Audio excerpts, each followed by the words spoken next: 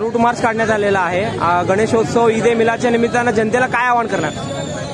दिनांक 5 आणि 6, 5ला ईद ए मिलाद आहे, 6ला गणपती विसर्जन आहे, 7ला पुन्हा मिरवणूक आहे।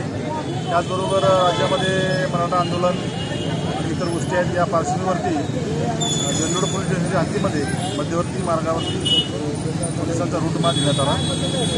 जनतेला आव्हान आहे कोणत्याही प्रकारच्या या उत्साहामध्ये दुसऱ्याच्या भावना दुखवतील असं गैरवर्तन करू नये। डीजे डॉल्बी याचा वापर सर्वांनीच आता त्याला प्रतिबंध करण्यास सुरू केलेला आहे। या आव्हानाला प्रतिसाद द्यावा आणि हा गणपती उत्सव आनंदाने साजरा करावा।